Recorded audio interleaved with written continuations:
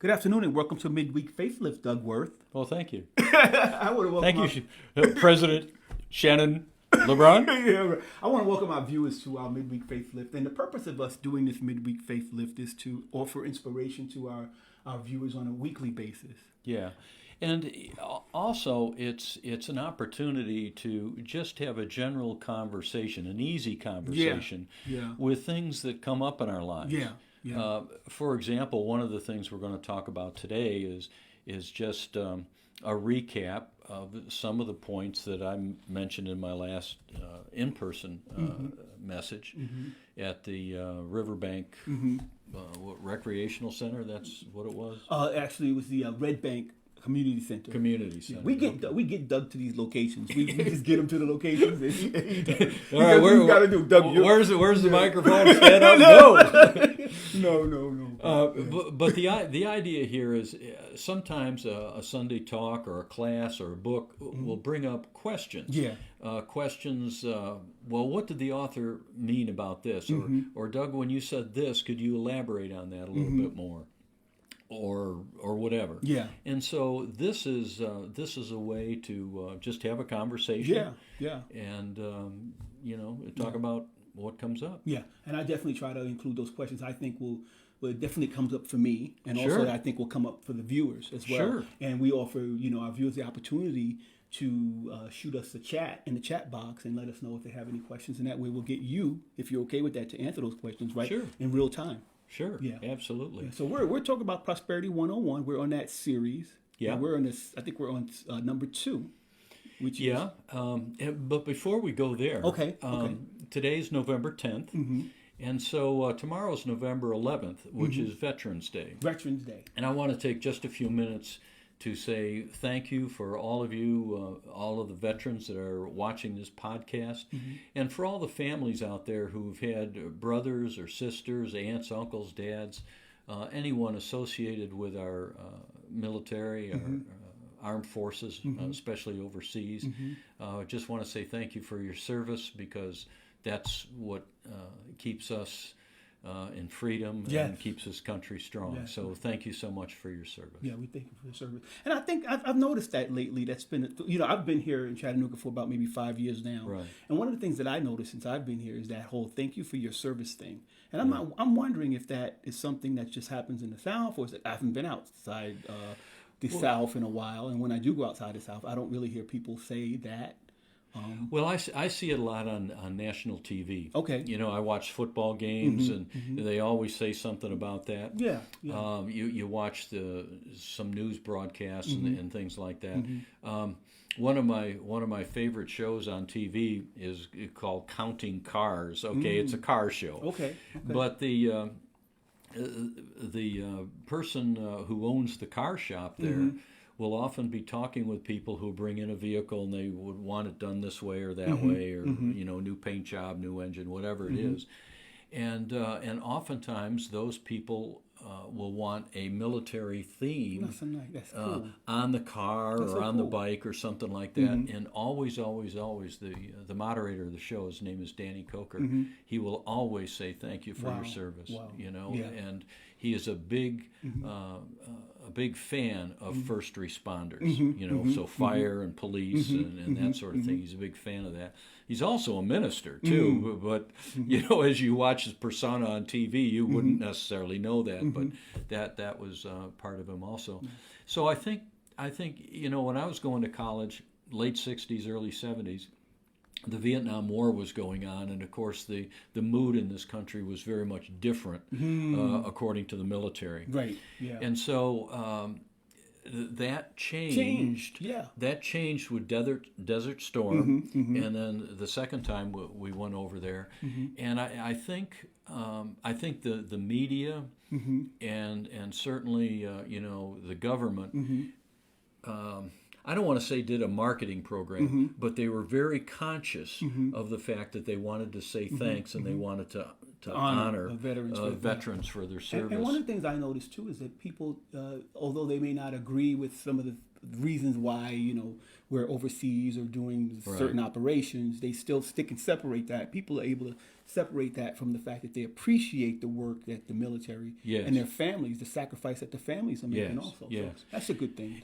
And not only that, if you take a look at the, I don't want to say the average serviceman, but people who are in the service are doing that primarily to help the country. Right. Now we can criticize some of the maybe higher up objectives, that sort of thing. But we want to honor the service people because they're in it with a discipline to do what they believe is right. That sort of thing, and that's very important. Yeah. We want to thank all veterans for their service. We want to thank their family members for the sacrifice that they make. Absolutely. We're Prosperity 101, Doug. We're talking about Prosperity 101. We're talking about the first thing was the first step was tithing. Tithing. All right. Yeah. Basically, well, I didn't bring the book with me, but what we're doing these talks on is a book called The Four Spiritual Laws of Prosperity by Edwin Gaines. And the reason I chose that book is, number one, it's available. Yeah. Okay, so people can pick it up, they can follow along with the talks. It's funny, and it's also spot on, in terms of the wisdom that Edwin talks about. And there's 4 laws there, and we've done 2 of them. The first one is tithing, and tithing is simply giving 10% of your financial resources to where you're spiritually fed.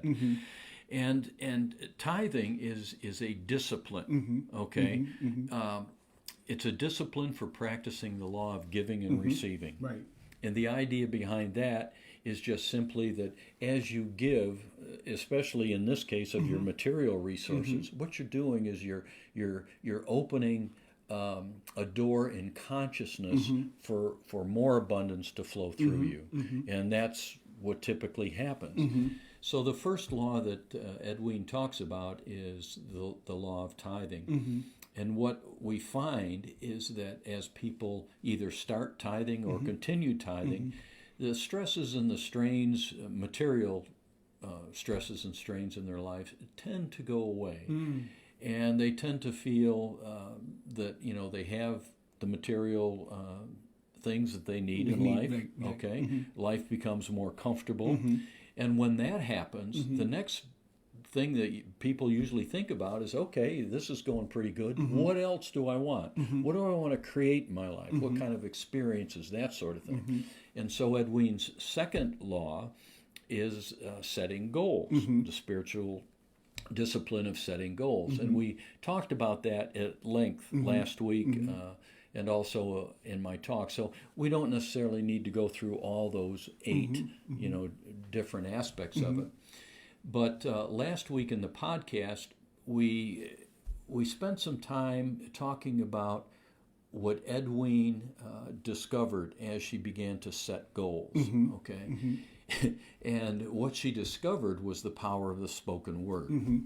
So you can have thoughts, you can have feelings, and through the law of mind action and the law of attraction, you're going to start bringing circumstances, situations, and people into your life that reflect those goals, all right? But it's the power of the spoken word that will give energy to that sets the whole thing in motion. And that's what we talked about quite a bit on last week's podcast. And just as a brief review, what Edwin did is she had an incident with her minister where she went in and said, well, here's, this has got to be better, all right? And she listed a whole bunch of complaints that she had, and the minister looked at her and said, Edwin, don't bitch, okay? And that took her back quite a bit, and so she did some research, and what she found out was that psychologists basically said that if you want to break a habit, be very, very conscious of a 21-day program. Right, I've heard and that. if you can go through that, then you've changed a habit. And so she said, all right, well, I'm going to stop complaining and gossiping and doing all those kinds of things for 21 days. And her story is as funny as it gets about what happened to her during those 21 days. And she never realized how much of that she was doing. Wow. And what happens is that you can set a visualization goal. You can do the feeling. You can do your affirmations. But if your words which are the power, if they don't match that, if you're complaining and all that kind of stuff, it's not going to do you much good. It's almost like you're chasing your tail. You're saying one thing and doing another. So you've got to get that in alignment. And what we talked about was a minister friend of mine back in the early 2000s. His name was Will Bowen. And he was doing a talk and series of classes on Ed Wein's book. He got to that point, and Will said, okay, well, I'm going to do this 21-day challenge. And he made some bracelets, which we talked about. And the rule was, if you catch yourself, you wear the bracelet, but if you catch yourself crabbing and complaining, gossiping, doing that sort of thing, then you put the bracelet on the other hand and you start over again. And he said it was the most incredible experience that he'd had. And long story short, from his class, a newspaper article was written, from a newspaper article, radio shows, from radio shows, it went viral throughout the country. And Will ended up in People magazine, on Oprah, on Good Morning America, and had orders for over 5 million of these things. And it was a very successful program. But the key thing that I want to mention this morning is, or this afternoon actually, is that the power of the spoken word is incredible. And do you know what an absolute number is? I remember that. That was a math. It's a math thing. Yeah, I don't remember, Doug. Okay. Most people don't. But what an absolute number is regardless of the sign, whether it's positive or negative, it's the quantity of that number, and it's usually expressed in brackets. Okay, so there'd be, let's say we've got the number 5 here, and it's in brackets. That means that all we're concerned about is the size of that number, not whether it's positive or negative. All right.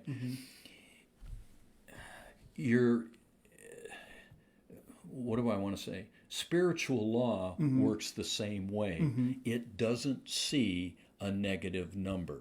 Okay, it doesn't see a negative comment. It just sees a comment. Just sees the comment. And it generates that comment. Exactly. So if I said, don't think about pink elephants, what do you think about? I'm going to think about pink elephants because you said not to. Well, don't think about, and then when you say pink elephants, a vision comes up. Pink elephant. Okay, and maybe elephants in general. Okay, so imagine what you say if I don't want any of that. All right. Well, that is what's in your consciousness, and so what happens? It's going to open that door for more of that. David Owen Ritz did a series called Keys to the Kingdom a while back, and it talks very similar to Ed Wein's book. It's a prosperity course, and he had a little bit different way of phrasing things, but both of them talk about the power of the spoken word. And I'd just like to read you something that David Owen Ritz said. He said, over the next week, I want you to become increasingly aware of how you talk about money and how you think about money. Just put that little observer self up on your shoulder and tap on the neck anytime you use the word only in connection with your finances. Tell that observer to remind you to get that word only out of your vocabulary. Don't say, I only have this much money, or I only earn this much money. What's that a statement of? What does that say to the universe? Lack. Exactly. So it says, so this is all I'm going to have. I can't do that. Watch how you think about. Are you saying it's so expensive I can't afford that? What a wonderful affirmation from your mouth to God's ear. Listen, God, I can't afford that. And God says, right you are. You can't afford that. Listen to how you think about it, because those beliefs shape your experience of abundance in your life. He says, I love the phrase from your mouth to God's ear. Be ever so watchful of any hint of the words you use or the feelings beneath them, because they give your power away. Wow, very powerful. And so the idea is, even if your affirmations, and we talk about affirmations and denials, okay?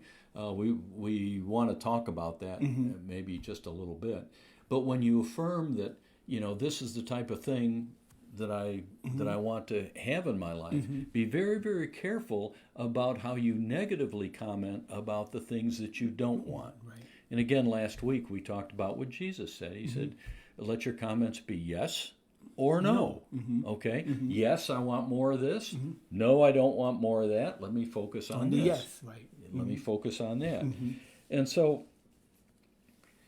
I think the key thing here is that what we're talking about is self-awareness. And with the power of the spoken word, we want to be very, very careful about what we say because we're going to draw more. Whatever that is. Yeah, whatever that is. It's what, going to draw more to us. And when we think about self-awareness and some of these programs like with the bands and not complaining, and those are all self-awareness programs. And some of you might think, well, that's all well and good, but is there any way to know what tapes are really going on in my head? Just take a look around you. Yeah. What's your life look? Just take a look around you. That's what's going on in your head. I'll give to some extent. I'll give you even a better one. I mean, that's hard to take sometimes for some of us, but it's the truth. It is. It is. We don't want to admit that. Just take a look around. Just take a look around. Well, you were going to give us an example. Well, yeah, I had an example a while back. When I was in ministerial school, one of our instructors recommended silent retreats. Okay. And I said, okay, well, I'm going to go to a 10-day silent retreat, and it's going to be great, and it's going to be wonderful, and, you can bliss out and all that kind of stuff. And I talked to the instructor, and I asked him about that. Where can I go for a 10-day silent retreat? And he said, Doug, maybe you want to try a 3-day first. And I asked him why. And he says, well, stuff comes up. Okay. 10 days is a lot of days. And so I figured, okay, I'll try a 3-day silent retreat. And he was giving one, on the campus, so we did that. And 3 days were okay, but what I noticed is as you're sitting there in silence, what happens is you can actually watch your thoughts. Okay? There's the observer self, and then there's the mind that's going on. This plan. And you can watch the thoughts, and you can watch the feelings that come up. And as you engage in this thought, these feelings come up. All right? As you engage in that thought, these feelings. And pretty soon, you can figure out that, oh my goodness! This is what's coming. Yeah, this is what I can put a TV screen up here and I can see what's going on in here, and it's not always comfortable. So I went to the 3-day retreat, and he asked me how it went for me, and I said, well, I got some inspiration, and I got some insight into what was going on. We talked about it for quite a while. And he said, well, okay, go for 10 days, as long as you've done the 3-day first. And so I signed up for a 10-day silent retreat. And what I want to tell you is about day 3 or 4, you about lose it. Wow. That's the expression, or that's the experience, actually, that most people have.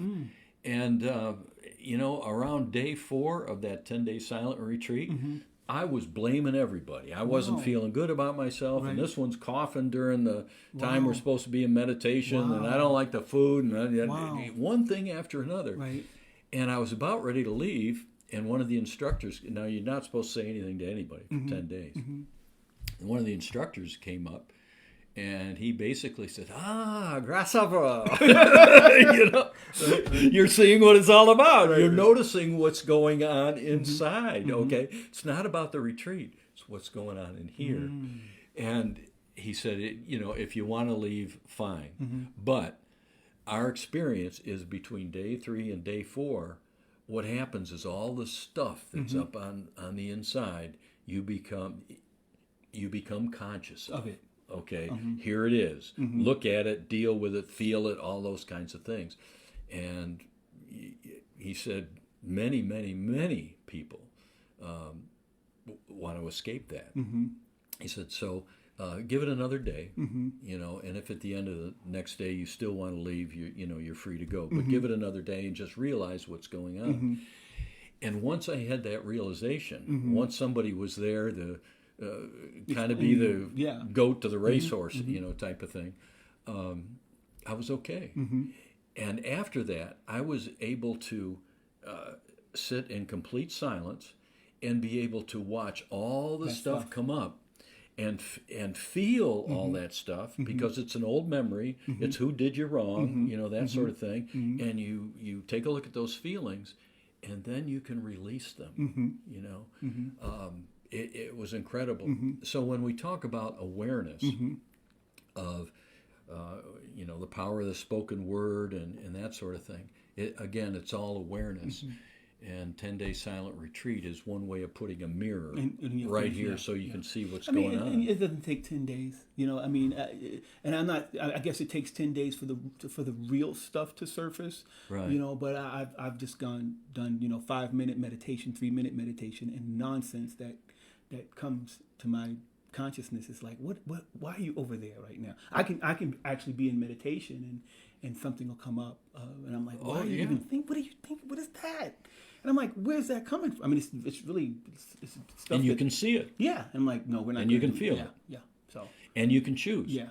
Now, the key thing with something like that. And it's not deep stuff. It may just be, something, I don't know. But it's not the stuff that it sounds like you're talking about, the really, really deep stuff. But it's just, I think I Just call it junk. nonsense chatter. Yeah. I'm like, we have a term for it. It's called the monkey mind. the monkey mind, yeah. It's all that chatter and nonsense and garbage that goes on there. And a lot of that, is there as a tool, so you keep aware of your surroundings and what's going on in your life. I mean, there's some good points to that. It probably definitely keeps us where we are. If we don't get into it. Definitely, some of that stuff that came up for me definitely keeps me distracted from, like you mentioned, going to the next level. Like if I was to kind of, push that stuff away, put to the side, I'm going to definitely get to a higher level. But I can actually let that stuff consume me, and then, like you said, walk out. And I'm done with this. Right. And so it definitely serves the purpose of keeping us where we are. It's like what they say, survival. Self-survival. Yeah, there's a lot of that keeps us in the present moment, and makes us aware of things. But on a much deeper level, we want to be aware of where we want to go if we want to achieve goals. And it's not, and you know what? It like you said, there's no positive or negative. The brain is just doing what it's supposed to do. That's exactly right. It's not. If the brain is not a bad thing, it's just containing us where we are. Right. But if we want to go higher, if I want to go higher, I need to start to train myself. Yes. And become more conscious of what this stuff is and move out. And believe it or not, that's what we're going to talk about this Sunday. Yeah. When we get to forgiveness. I want to talk a little bit more about just something from Don Miguel Ruiz's book, The Four Agreements. Yeah, that guy is. I think his father's. There it is. Yeah, I think his father's writing book. Well, his son. I've done a little bit of research on these guys, and I think his son is actually writing books now. Well, that could be. Yeah. Well, it said he talks about being impeccable with your word. Okay. And it says, why your word? Your word is the power that you have to create. Your word is the gift that comes directly from God.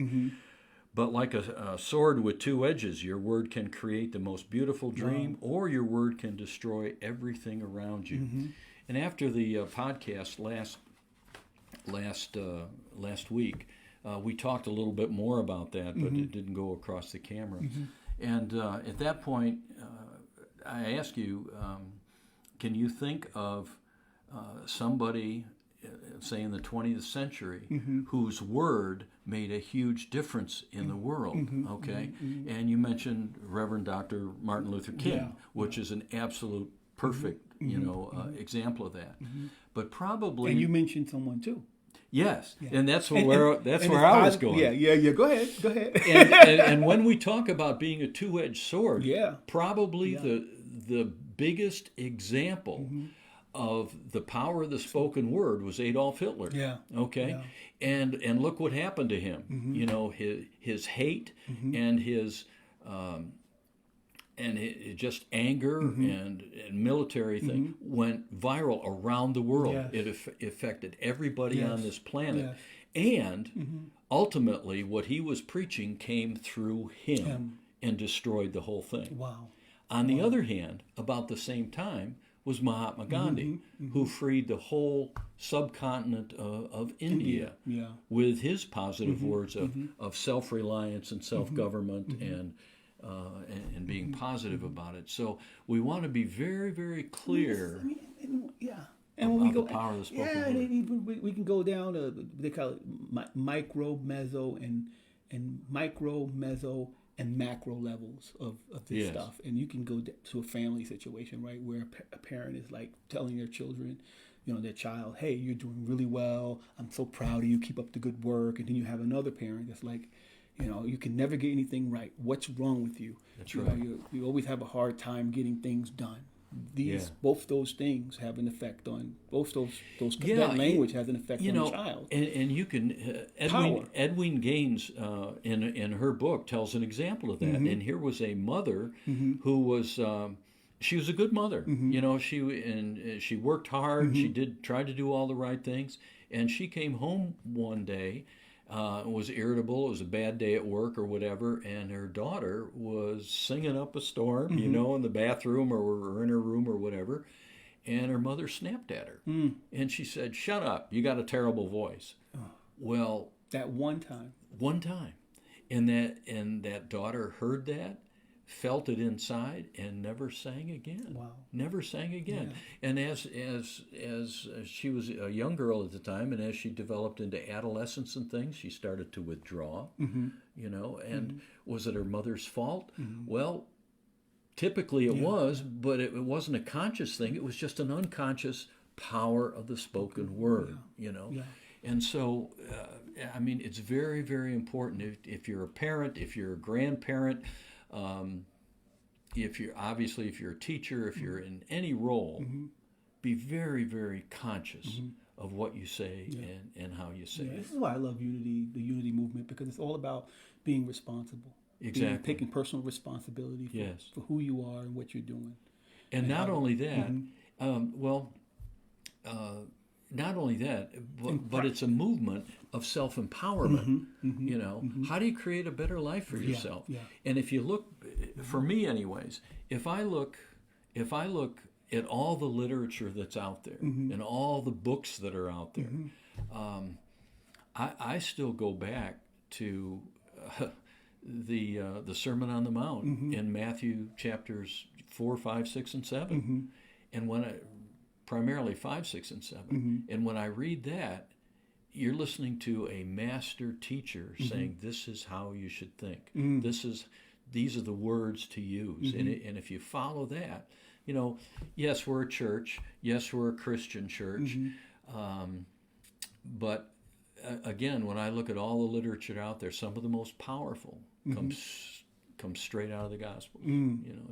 It's really good stuff. And what is that? Do you mind? I don't want to. I'm putting you on the spot now, but that's it's okay. All right. What is that sermon? It's called the Sermon on the Mount. I've heard the sermon before. Well, I've heard the name, but I don't remember exactly what it says in it. So can you share a little bit about what it says? Sure. Well, basically what it is, Jesus has just started his ministry, okay? In chapter 4 of Matthew, he has the bout with the devil, okay? Basically, he goes off in the wilderness for 40 days, which means as long as it takes, all right? And the devil tempts him, and he overcomes all of those. And then he begins his ministry, and so he's in his 30s. And he goes up on a hill and he starts teaching the crowds that have started gathering around him. And it starts with the Beatitudes, and then it goes into a number of different sayings and teachings. The Golden Rule is in there, do unto others as you would have them do it.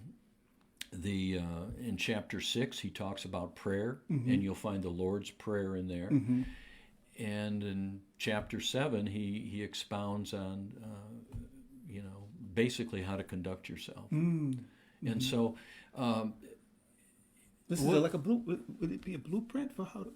I don't know. I don't want to put words in your mouth, but if you can sum it up, and I'm not asking you to go Yeah. fast. If you can sum it up, what is it exactly? Is it a Well, way to live? basically, it's a summary of the talk that he did when he started his ministry. He went up on a hill and he started talking to his disciples and the people who were gathering around, and it was his comments about how to live life, how to think, how to speak, how to pray, and how to take a look at situations that come up in your life, and how to be, And one of the things that he says in there is he said, the road is narrow, or the road is steep, and the gate is narrow, and there are very few people who find the kingdom of heaven. Wow. And that's early and then he starts going through about how to find it, and then how to pray, and then how to deal with these particular situations.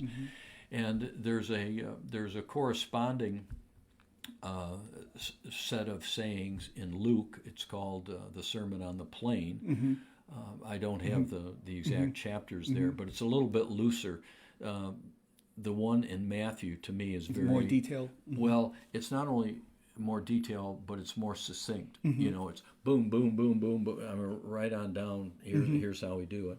And then after that, he starts getting into some of the miracles and some of the other things that go on.